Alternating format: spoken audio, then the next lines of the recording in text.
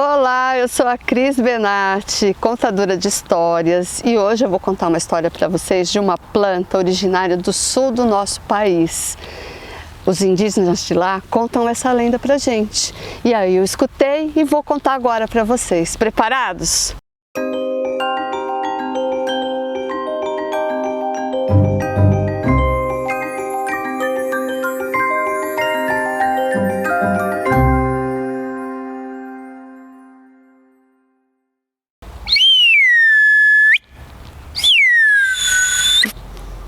Essa história aconteceu num lugar onde hoje é o estado do Paraná. Lá existia uma terra chamada Abaretana. E neste lugar existiam muitas grutas, muita mata, muito lugar assim misterioso, mas também havia muita vida, muitos manacás, muitos ipês, muitas araucárias, muitas e muitas araucárias. E lá quem morava neste lugar era um povo chamado Apiabas. Esse povo era o guardião daquele lugar. Tupã tinha assim colocado a missão para eles, que eles seriam os guardiões das grutas. E dentro das grutas existiam os segredos das cerimônias para o deus Tupã. E eles eram os que ficavam guardando. Neste lugar só entravam os homens da aldeia. As mulheres não podiam entrar. Não sei o que eles achavam. Será que eles achavam que as mulheres iam contar para os outros o que acontecia lá? Pode ser. Mas o que acontecia lá, na verdade, quem sabia era só os homens daquela tribo. Existia, fora daquele lugar, uma outra aldeia dos Camés. Essa aldeia era meio que invejosa daquele segredo que os Apiabas tinham. E eles viviam guerreando, eram aldeias rivais, um povo rival. Viviam guerreando porque eles queriam também saber os segredos de Tupã, daquela terra. E combatiam, brigavam, mas sempre saíam perdendo, os Camés. Então o chefe dos Camés bolou um plano maligno. Ele pegou a melhor, se incumbiu a mulher mais linda da aldeia dele, aquela que era uma preciosidade, para entrar na terra misteriosa e seduzir o chefe daquela tribo. E assim ele fez, mandou a bela indígena chamada Aracê para lá. Ah, gente, mas não deu outra, né? Aracê, quando viu aquele guerreiro lindo, maravilhoso, ainda muito sábio, se apaixonou por ele. Aliás, os dois se apaixonaram. E ela não quis mais ir embora, ficou vivendo lá, escondida, né? O chefe da tribo inimiga estranhou que a moça não voltava, né? A espiã não voltava. Então, ele mandou seu filho lá, você vai de mansinho, ver o que está acontecendo lá.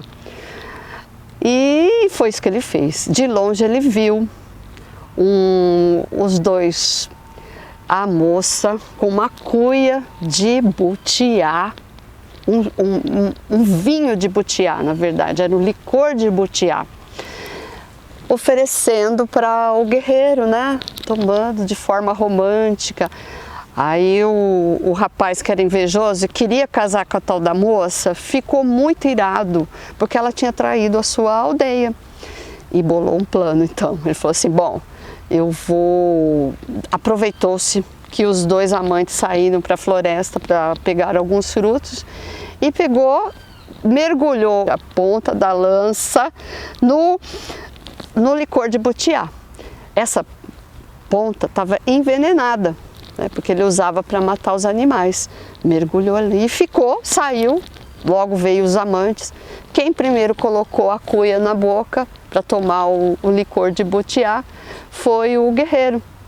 Na hora que ele tomou, o veneno não demorou muito tempo para fazer efeito, ele caiu morto. A Aracê ficou tão desesperada porque ela não sabia o que estava acontecendo, começou a chorar, chorar, chorar. O guerreiro inimigo saiu de trás da moita e começou a cantar, cantar vitórias. era isso que ele merecia, tal. Aracê percebeu o que tinha acontecido e pegou a cuia rapidamente e tomou o resto do licor. Conclusão, caiu morta ao lado de seu amante. Gente, Tupã ficou tão triste com essa história, porque ele tinha colocado ou confiado todos os seus segredos para aquele povo, que ele resolveu destruir aquela terra sagrada.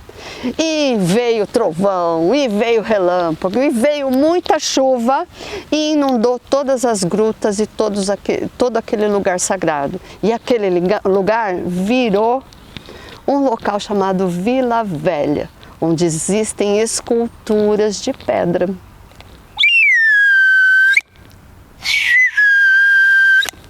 E essa foi nossa história do butiá. Butiá é um nome popular de várias palmeiras nativas do sul do Brasil e até a fronteira com a Argentina e tudo mais. E o povo da região, né, pesquisas arqueológicas demonstram que o butiá faz parte da história do povo da região assim, há muito e muito tempo. Já começou com os indígenas, né? Os indígenas conheciam muito bem essas palmeiras, eles utilizavam principalmente os frutos para alimentação. Aqui no jardim a gente tem praticamente todos os butiás, das espécies de butiás. Essa especificamente é uma espécie de Santa Catarina. Ela dá uns frutos pequenininhos como esse, mas na minha opinião, eu já provei, é muito delicioso, ele é mais adocicado. E o pessoal aqui do restaurante costuma fazer sorvete de butiá, que é muito gostoso. Ele uma mistura de doce com azedo, muito bom, né? E o povo lá da região, já os indígenas, eles já sabiam usar muito bem e aproveitar a palmeira butiá. E lá no Paraná, por exemplo, é um lugar, ou no sul do país, mais ao sul, onde hoje é o Rio Grande do Sul, os indígenas migravam para o Paraná na época do frio intenso. E eles levavam junto com eles os coquinhos do butiá para alimentação. E aí esse caminho ficou marcado pelos butiás, porque eles comiam e descartavam os coquinhos, né? Comiam a polpa, descartavam os coquinhos pelo caminho, e aí se formou espontaneamente, ou não podemos dizer muito de forma espontânea, mas se formou os grandes butiás, os caminhos dos butiás. Os jesuítas, quando chegaram nessa região e eles catequizaram os indígenas lá, eles pegaram esse costume.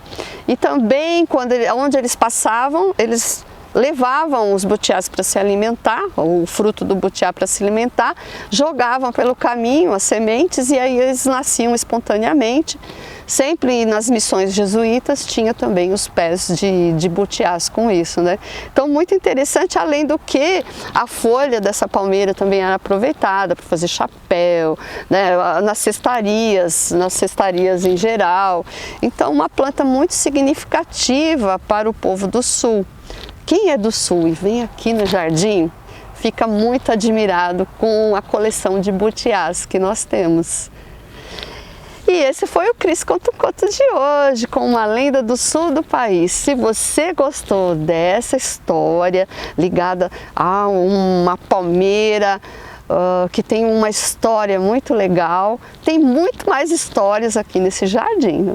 Então, se você gostou, se não está inscrito, se inscreve no canal, aciona o sininho, dá um like, faz um comentário, comenta sobre a história se você gostou, e dê sugestões para a gente de histórias, né?